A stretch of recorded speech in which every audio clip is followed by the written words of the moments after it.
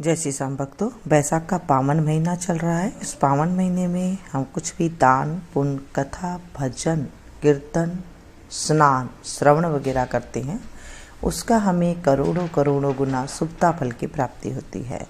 आज हम बैसाख मास के 18वें अध्याय का पाठ का स्मरण करेंगे, जो भगवान विष्णु को अति प्रिय है और ये भगवान विष्णु का महीना ही चल रहा है। बैसाख मास बहुत ही पावन महीना है। इस महीने में आप कथा का स्मरण भी कर लेते हैं, कथा सुन लेते हैं, कथा सुना देते हैं, स्नान कर लेते हैं, उसका भी हमें शुभता फल की प्राप्ति होती है। हमें रोगों में निवारण मिलता है। हमारे घर में अगर पैसे की कमी हो तो उसमें बढ़ोतरी होने लगती है। ऐसा है ये पावन महीना। अगर आपका कर्कश स्वभाव है तो उसमें मधुरता आ जाएगी। अगर आपके घर में कोई बीमार है तो उसमें सुधार होना शुरू हो जाएगा। ऐसा है ये बैसाख का पावन महीना। बोले विष्णु भगवान की जय। श्री कृष्ण गोविंद हरे मुरारी, हे नाथ नारायण वासुदेवा। श्री कृष्ण गोविंद हरे मुरारी, हे नाथ नारायण वासुदेवा। हे नाथ नारायण वासुदेवा, हे नाथ नारायण वासुदेवा, हे नाथ नारायण वासुदेवा, हे नाथ नारायण वासुदेवा। श्री कृष्ण गोविंद हरे मुरारी, हे नाथ नारायण वासुदेवा। बोले विष्णु भगवान की जय। व्याध बोला, हे मुने, मुझ पापी और दुष्ट बुद्धि पर आपने बड़ी दया की। हे साधो, मैं आपका शिष्य हूं। मेरे ऊपर दया करके ऐसा उपदेश दीजिए कि जिससे फिर मेरी बुद्धि दुष्ट हो, अनर्थ कार्य करने में प्रवृत्त न हो। व्याध की ऐसी बातें सुन शंख मुनि बोले, हे व्याध, यहाँ धूप बहुत सताती है, न छाया है न पानी। कहीं दूसरी छाया की जगह में चलकर जल पीकर स्वस्थ चित्त हो तेरे सामने विष्णु भगवान के माधव मास का महत्तम, जो पाप नाशक है, वर्णन करूंगा। मुनि की यह बात सुन व्याध वहां से थोड़ी दूर पर एक निर्मल सरोवर पर ले गया, जहां पर जल के जीव, बगुला, राजहंस आदि तथा मगरमच्छ आदि सरोवर में शोभा दे रहे हैं, तथा कुमुदिनी, कोकनद आदि अनेक प्रकार के कमल शोभा दे रहे हैं। भौरे गुंजा रहे हैं, पक्षी कलरव कर रहे हैं। किनारे पर बांस के वृक्ष तथा वड, कदम, इमली तथा सुगंधित वृक्ष आदि चारों ओर सुशोभित हो रहे हैं। वन के हाथी, हिरन, सूकर, सिंह, सूर, गाय, खच्चर आदि विचर रहे हैं। बंदर, लंगूर आदि छलांग मार रहे हैं। प्रचंड पवन के वेग से वृक्ष झुक रहे हैं। मुनि ने उस रमणीक सरोवर में जाकर स्नान किया और वस्त्र धारण कर नित्य कर्म पूजन आदि से निश्चित हो फल खाए। फिर शंख मुनि सुख पूर्वक बैठ व्याध से पूछने लगे कि तुम कौन से धर्म को सुनने की इच्छा करते हो। धर्म बहुत है और उनके करने की विधि भी अलग अलग है। इसमें से बैसाख धर्म थोड़ा है मगर अत्यंत फलदायक है। तेरे मन में जो पूछने की इच्छा है सो पूछ। तब हाथ जोड़कर व्याध बोला, हे महाराज, मुझे कौन सा कर्म करने से तमोगुणमयी यह व्याध योनि मिली और किस कर्म से मेरी ऐसी बुद्धि हो गई जो महात्मा की संगति हुई। हे प्रभु, यदि आपकी मेरे ऊपर कृपा है तो यह सब वृत्तांत मुझसे कहिए। यह सुन संक मुनि कहने लगे, हे व्याध, तू साकर नगर में पहले वेद पाठी ब्राह्मण था।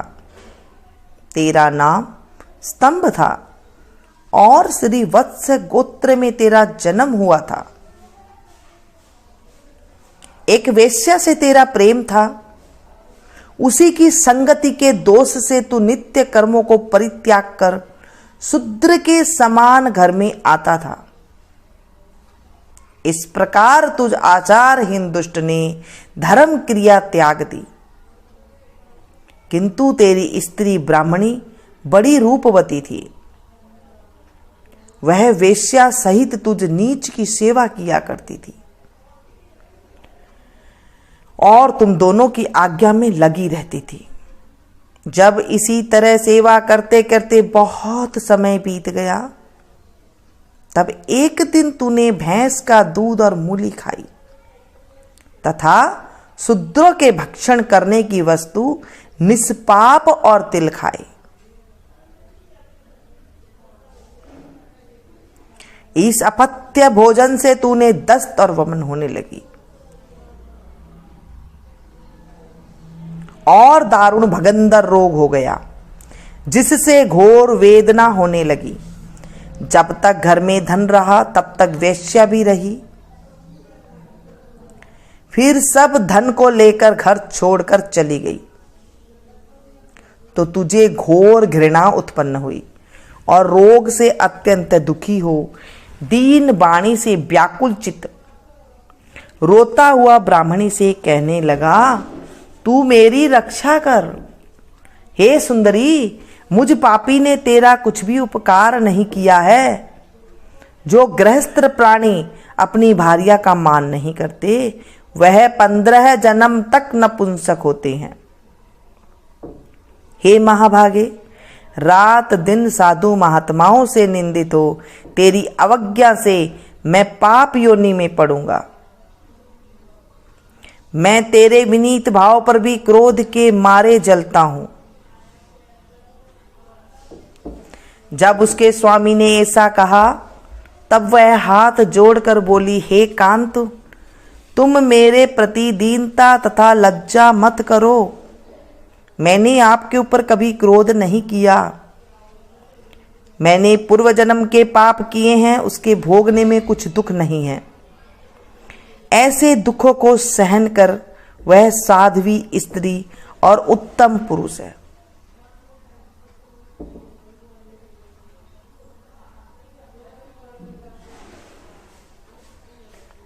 ऐसे दुखों को जो सहन करे वही साध्वी स्त्री होती है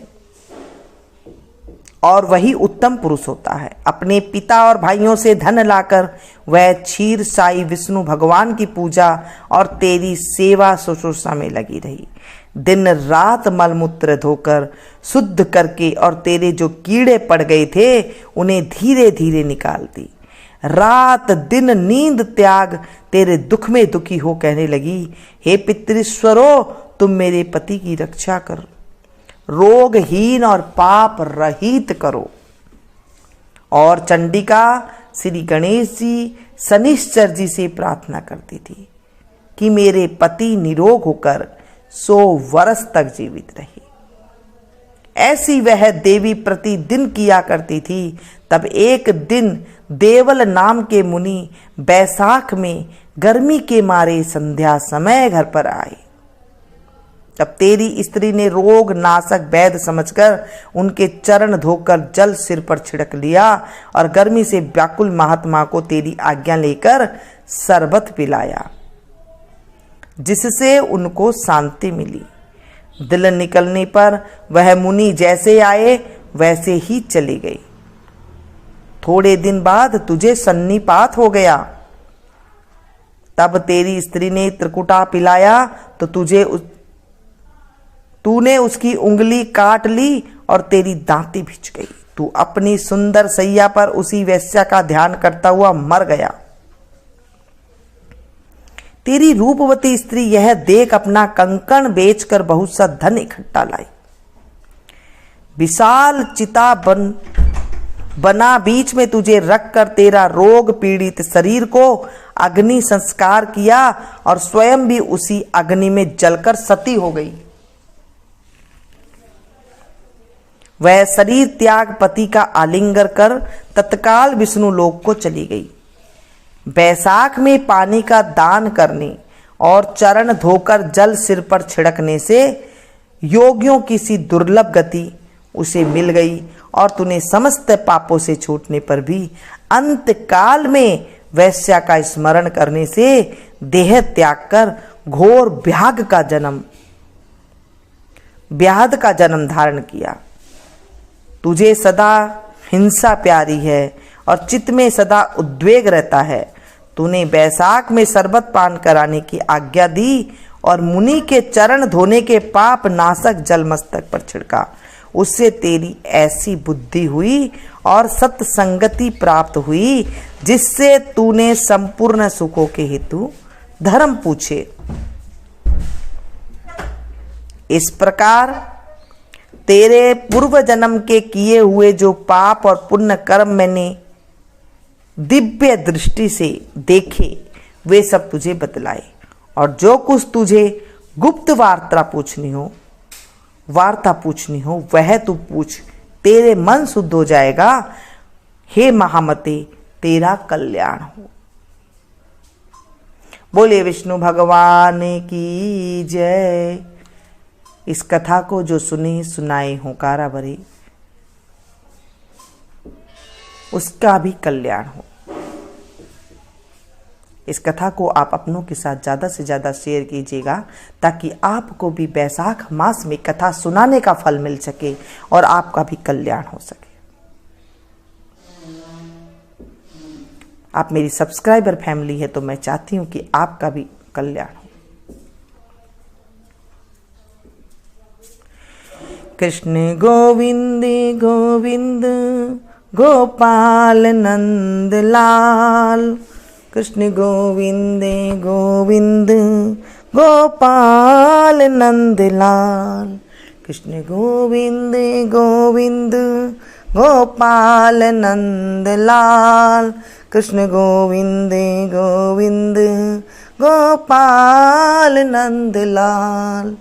हे गोपाल नंद लाल, गोपाल नंद लाल, गोपाल नंद लाल, हे गोपाल नंद लाल। कृष्ण गोविंद गोविंद गोपाल नंद लाल। कृष्ण गोविंद गोविंद गोपाल नंद लाल, गोपाल नंद लाल, गोपाल नंद लाल। कृष्ण गोविंद गोविंद गोपाल नंद लाल। कृष्ण गोविंद गोविंद गोपाल नंद लाल। इस भजन को आप पूरे दिन गाते रहें, पूरे दिन मन में स्मरण करते रहें। इससे हमें प्रभु की कृपा प्राप्त होती है। मिलती हूँ फिर से एक नई वीडियो में, नई कथा के साथ, नई जानकारी के साथ। तब तक आप लोग देखते रहिए मनुष्य संगीत। Thank you.